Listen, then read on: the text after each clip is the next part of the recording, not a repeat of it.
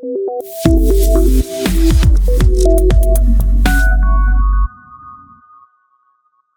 for this particular subtask of the Hangman project, we're going to be taking care of the blanks. So basically, based on the length of the secret word, we're going to give the number of blanks to be the length of the secret word. So let's say my secret word is 7, I should be displaying 7 blanks. This is the state in which we should display the word before the user starts to guess. So let's look at the code. So here we have our imports, and in the class CodeChef, as I have explained previously, we have our choose word function over here to choose a random word from this particular list. So over here we have our word display function, which is going to return the string. So here we are taking an input word based on which we should give the number of blanks. Let's say the word is apple, it contains 5 letters. That's why I'll be giving out 5 blanks. So the string builder object used over here is basically a string, but the reason why we use a string builder object and not just a plain string is that in Java, strings are immutable. That is, every time you modify a string, it's going to create a whole new string. Instead, we want to modify whatever is present in the current string. That's why we're going to use our string builder object, in which we have many functions using which we can easily work around and manipulate with strings. That is why we used a string builder object called display word. Now we have a for loop over here for char c in word to char array.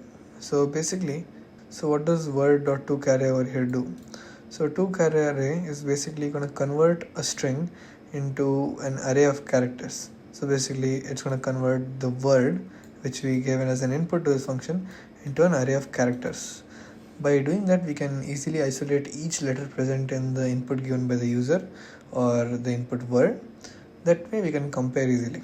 Now, so for char c in the particular word to char array, that is for char c in each letter present in the word, we're gonna give display word dot append blanks. So if you notice, display word is a different object. That is, it's not the word which we gave as an input over here.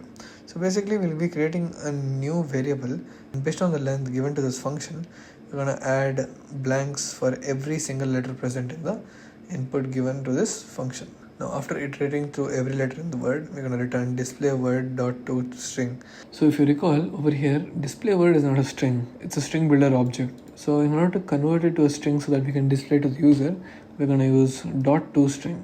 So we're just going to convert it into a string, and then we're going to return it back to the main function. Coming to the main function, we are creating a new scanner object, and as I've explained previously, we're going to get name as an input from the user, and then we're going to print it out over here. And now using the choose word function, we're going to select a random word. And now coming to this particular subtask, over here we are going to initialize a display word string, and then we're going to call the word display function with word as an input. And then finally we're going to print out string displayed during the game is display word. So display word will just have blanks. Let's just run this code once. So you can see I've gotten these many number of blank spaces, which is equal to the length of this particular word. Let's just submit this code once. So we passed the test case. Let's move on to the next subtask.